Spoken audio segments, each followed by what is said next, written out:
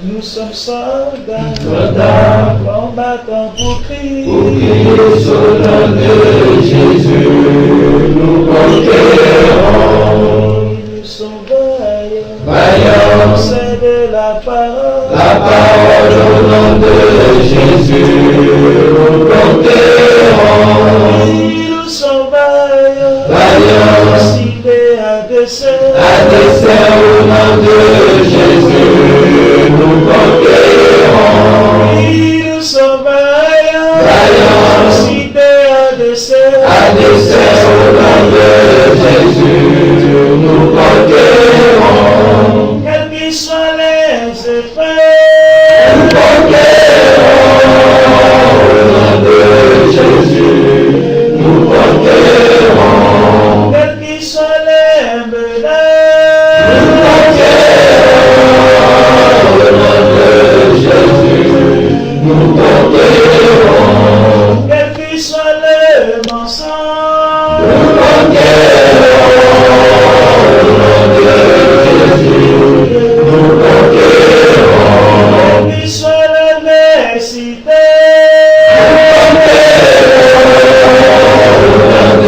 Jésus, nous conquérons. nous sommes vaillants, Vaillants, cités à dessein au nom de Jésus, nous conquérons. Nous sommes vaillants, Vaillants, cités à dessein au nom de Jésus, nous conquérons. Nous sommes vaillants, Vaillants, c'est de la parole au nom de Jésus, nous conquérons. Nous sommes vaillants, Vaillants, cités à dessein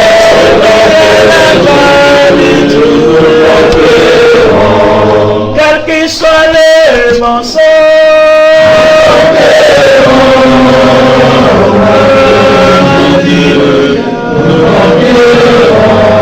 quels qu'ils soient les menaces,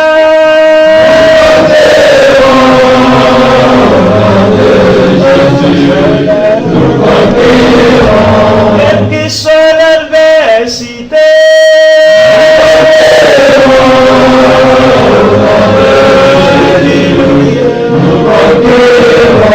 quelles que soient les persécutions,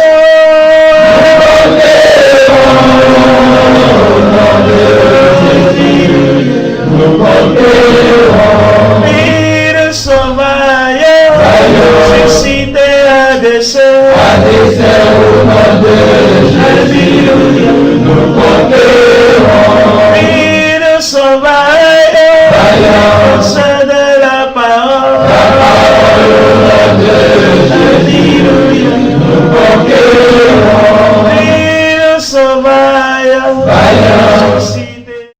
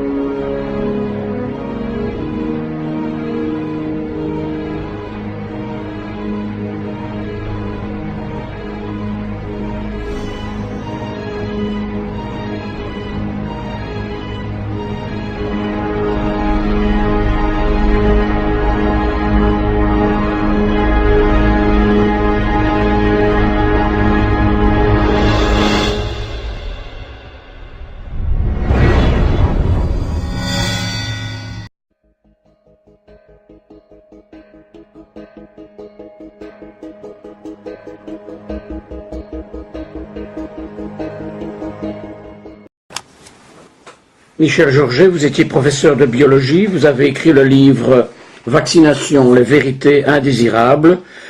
Qu'est-ce qui vous a amené à vous occuper particulièrement de la question vaccinale? Eh bien, j'étais professeur de biologie, donc, mais j'ai eu la chance, étant jeune père de famille, de rencontrer un médecin de famille qui n'était pas un fanatique des vaccinations. Et lorsque je lui posais la question, mais alors, est-ce qu'on vaccine ou est-ce qu'on ne vaccine pas? Il répondait, oui, bon, écoutez, je vais vacciner votre fille, mais documentez-vous. Vous verrez, les vaccinations, ce n'est pas la panacée. Et bon, il y a des risques. Documentez-vous. Alors, comme j'étais biologiste, ça tombait bien, puisque j'avais accès aux bibliothèques universitaires. Et j'ai rapidement observé que le discours qui était écrit dans les livres de biologie qu'on utilisait dans les collèges et les lycées ne correspondait pas tout à fait à la réalité. Surtout lorsque on a eu accès aux documents de Pasteur, de ses carnets de laboratoire, puisque la famille de Pasteur a donné à la Bibliothèque nationale ses cahiers de laboratoire. Et on s'est aperçu à ce moment-là que, eh bien, l'auréole dont on avait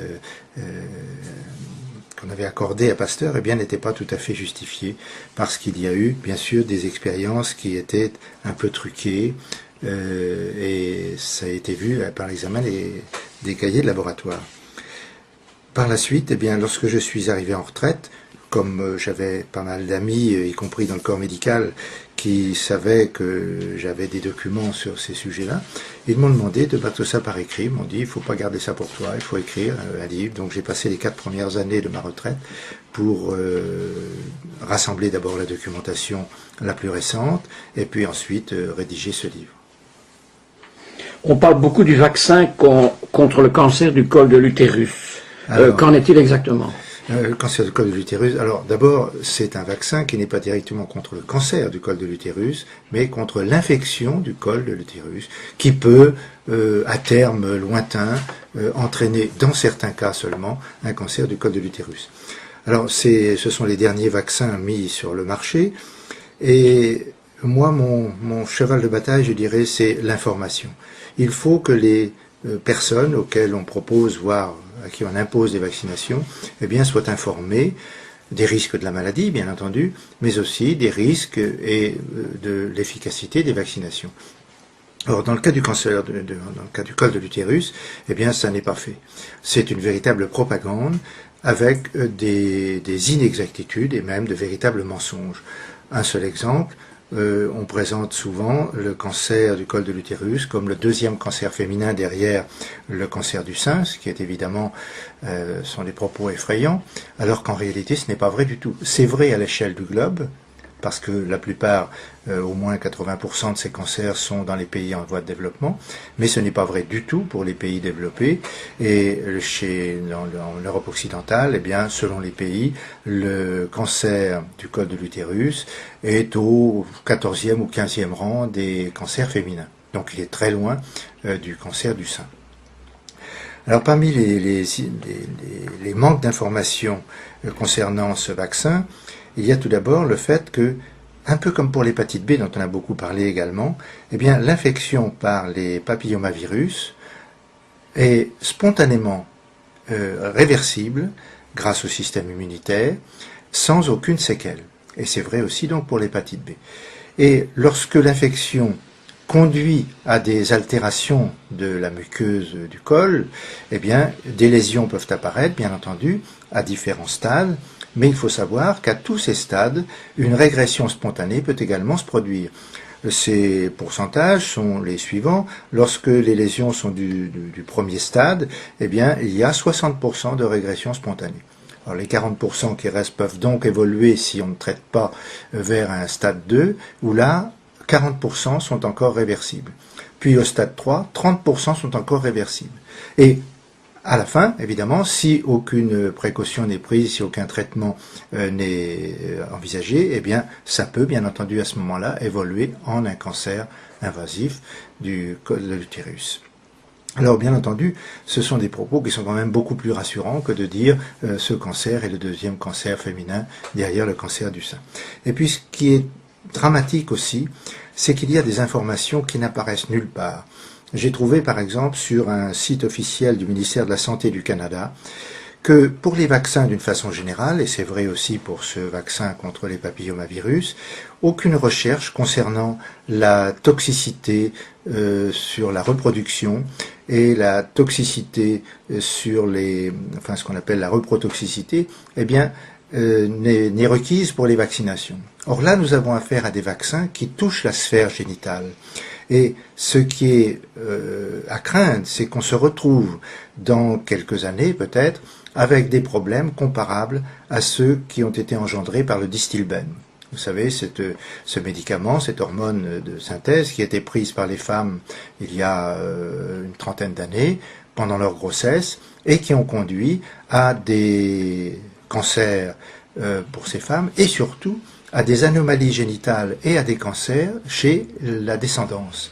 Les filles de ces mères qui ont été traitées par le Distilbène ont eu beaucoup de difficultés à avoir des enfants, et on en est aujourd'hui à la génération suivante, aux petits-enfants, dont les filles et même les garçons peuvent présenter des anomalies de l'appareil génital et voir des développements de cancer. Et on a donc là un exemple de transmission à travers les générations d'une toxicité d'un médicament, et il n'est pas du tout impossible qu'une telle toxicité soit retrouvée aussi pour le vaccin contre le cancer du col de l'utérus. Merci beaucoup.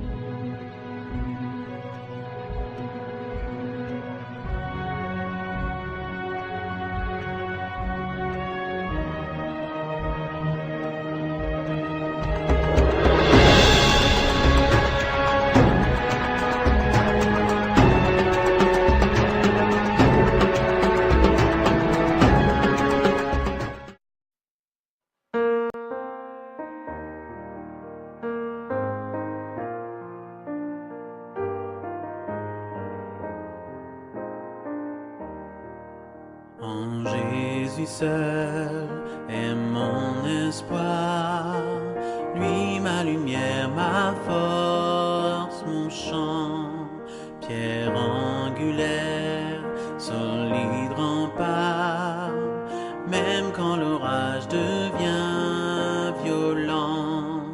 Oh quel amour, oh quelle paix, les luttes cessent, la peur se tait, mon réconfort, mon plus grand bien, dans l'amour du Christ je me tiens. En Jésus seul, Dieu s'est fait chair, dans un enfant, oh quel mystère, ce don d'amour, de sainteté, haï par ceux qu'il vint sauver. Jusqu'à la croix, il s'est livré. Sur lui la colère est tombée. Tous mes péchés, il les a pris. Par la mort de Jésus, je vis. Là dans la tombe, il reposait. Lumière vaincue par les ténèbres, quel jour glorieux il apparaît. D'entre les morts il se relève, et sur ma vie, par sa victoire, le péché perd tout son pouvoir. Il est à moi, je suis à lui, racheté par le sang du Christ. Je vis en paix, je meurs sans crainte, gardé par la puissance du Christ, du premier cri au dernier souffle. Jésus est maître de ma vie. Les plans des hommes ou du malin ne peuvent m'arracher de sa main. Et qu'il revienne ou me rappelle, par la force du Christ je tiendrai. Les plans des hommes ou du malin ne peuvent